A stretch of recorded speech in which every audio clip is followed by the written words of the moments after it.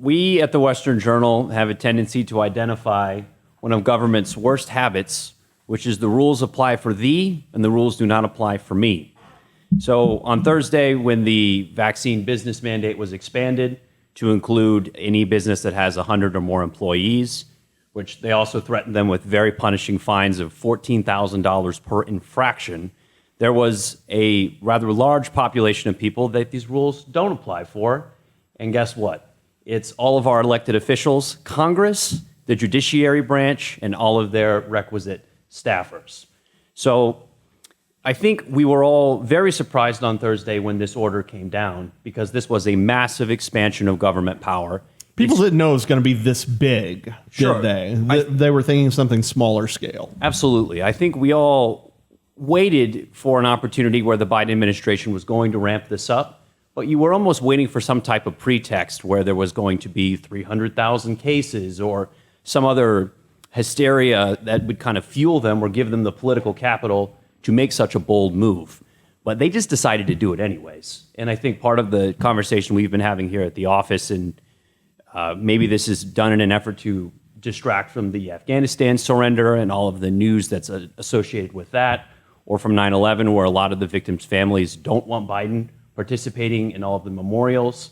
So it does feel somewhat strategic that the administration decided to roll this policy out in the midst of those external circumstances. But we just did some numbers, like looking at how many businesses would be impacted by this ruling, and our low estimate is about 170,000 American businesses now are being squeezed by this federal mandate. And it's something that also is going to put a lot of restraints on their business in that they have to figure out a way to get everyone tested. So that's going to take time away from productivity. They're going to have also issues where maybe certain people have religious or medical exemptions that are now going to be completely glossed over. Yet the American people, you know, Joe Sixpack is the one who's going to have to deal with all of this.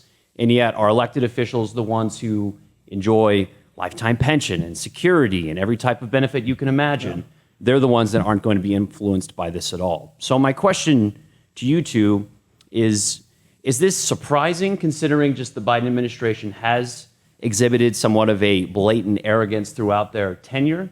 Or is this just something where they're thinking most of the American people are not going to be paying attention to this news, and this will just get lost in the rancor of the 24-hour news cycle?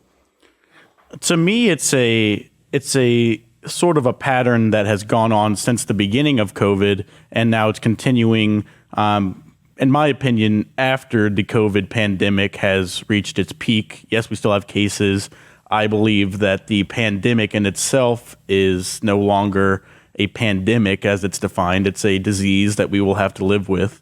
But as we are now well over a year into this pandemic, I think that we're continuing to see the pattern repeat. It started towards the beginning in March 2020, the months that were kind of near around there. I'm not sure exactly when this happened, but we saw videos coming out of, you know, Nancy Pelosi, the Speaker of the House, going to a salon and getting her hair done. We saw her showing us a great video of her ice cream freezer, of all the things that she's able to enjoy, while other Americans don't have jobs because of their Newsom terrible at policies. French Laundry. That was right, the other one Newsom, that made big news. I mean, so many of these, maybe not even national elected officials who we're talking about, not congressional people, but some of them are. Some of them are even governors or people who are making rules in their own states.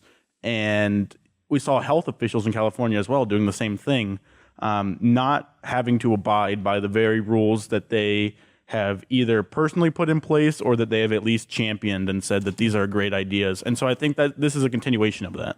And they were all, I think to a one, they were all Democrat governors. And then we saw Democrat mayors. It was the mayor of Baltimore who tweeted that everyone needed to stay locked down, stay inside, don't go outside.